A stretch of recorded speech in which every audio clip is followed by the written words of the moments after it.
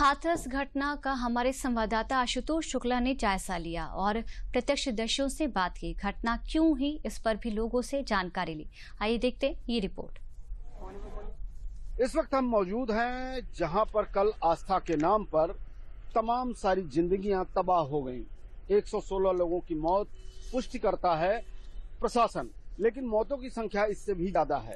हमारे पीछे मैं अपने कैमरामैन से कहूंगा कि वो दृश्य दिखाएं जो इस वक्त भारी बारिश के कारण यहाँ पर डूब चुका है। यहाँ पर उन कपड़े, चप्पल और तमाम सारे चीजों को दिखाएं जो कि कल की घटना में मृतक लोगों के जो है दिखाई दिए थे।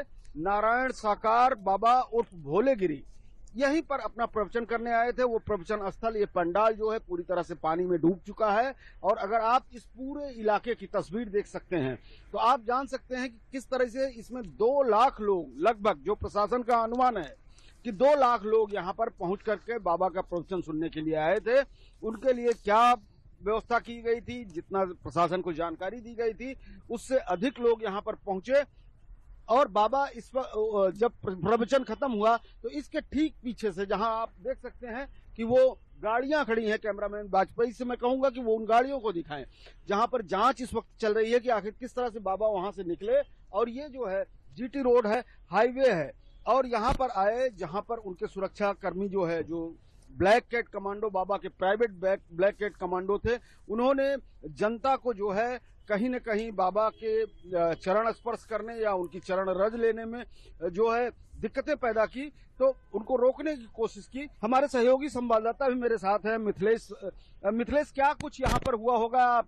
कल दरअसल जब यहाँ प्रवचन खत्म हुआ तो उस समय इन लोगों में एक प्रथा है कि जैसे ही बाबा भोले जो हैं, जो सत्संग करते हैं यहाँ पे, वो जैसे ही निकलते हैं तो उसी समय लोग उनकी चरण रज लेने के लिए या फिर उनका पैर छूने के लिए लोग भागते हैं।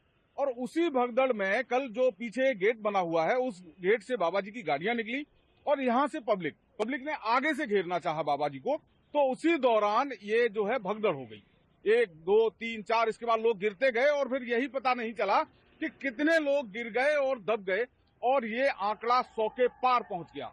हालात ये हैं कि आज भी लोग यहाँ खेतों में, जिनके परिजन नहीं मिल पा रहे हैं, वो लोग यहाँ के आसपास के खेतों में, जहाँ मैं आपको दिखा पाऊं कि यहाँ सड़क के किनारे आप देखिए, यहाँ खेतों में फसल खड़ी हुई है और इस फसल में भी लोग अपने परिजनों को ढूंढ रहे हैं, जिनको अभी तक ये नहीं पता चला है कि उनका कोई अपना कहाँ है, कौन से अस्पताल में है।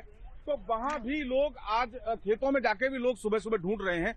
जी, इतना बड़ा हादसा उत्तर प्रदेश के इतिहास में किसी भी धार्मिक कार्यक्रम में तो आज तक नहीं हुआ है। तो निश्चित रूप से ये धार्मिक कार्यक्रम था, आस्था का कार्यक्रम था, लेकिन जिस तरीके से जो आयोजक थे वो व्यवस्था करने में, मैं आपको दिखाना चाहता हूं किस तरह से कपड़े और चप्पल पड़े हुए हैं। ये छोटे छोटे बच्चों की चप्पलें हैं जो मैं आपको दिखाना चाहता हूं। ये आप देख सकते हैं कि ये छोटे बच्चे की चप्पल है और ये किसी महिला की चप्पल है।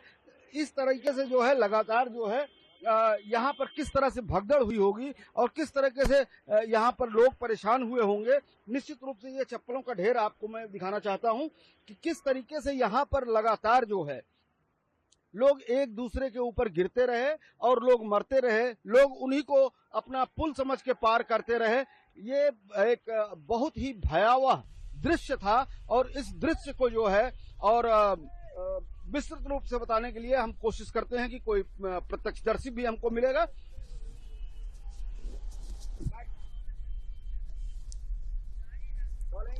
अगर कहें तो हादसे का स्थल वही है, यही वो कीचड़ और पानी है जहां पर जो है श्रद्धालु आकर के बाबा की चरण रज लेना चाहते थे, लेकिन उस चरण रज के चक्कर में जिस तरीके से वो एक दूसरे के ऊपर गिरे हैं और उसके बाद जो है स्लिप करके यहाँ पर जो है उनके ऊपर भीड़ चढ़ी है। मैं कहूंगा कि इस वक्त भी जो है जिस तरीके से एक महिला अब भी अपने किसी मिसिंग को, ये पूरा एरिया जो है फोरेंसिक डिपार्टमेंट ने घेर रखा है, यहाँ पर जांच का चल रही है, लेकिन एक महिला अपने किसी जो है परिजन को ढूंढने के चक्कर में उस खेत में अब भी जो है जाकर के ढूंढ रही है। तो निश्चित रूप से एक बहुत ही दुर्दांत और भयावह, वहाँ पर मेरे कान के तो कुंडल खोए गए हैं ये, और लाली की बारी खोए गई है कान की। अच्छा।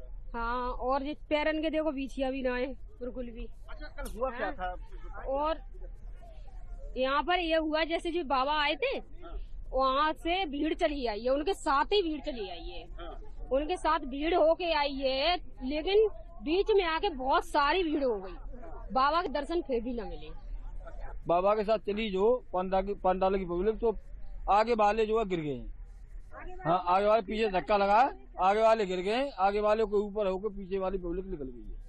कि यहाँ पर जो है इतने लोगों की भीड़ है, तो यहाँ पर कितनी एम्बुलेंस चाहिए, कितनी व्यवस्था चाहिए, और इतने लोग कहाँ से आकर के जो है यहाँ पर बाबा का प्रवचन सुन पाएंगे। और सबसे दुखद बात यह है कि बाबा का जो प्रवचन सुनने आए थे जो लोग, अगर लोग मरने लगे तो निश्चित रूप से बाबा ने रुकने के बजाय, उनको रोकने के बजाय अपने को बचाने के लिए सीधे यहाँ से भाग खड़े हुए। रामजी वाजपेयी के साथ आशुतोष शुक्ला, हाथरस।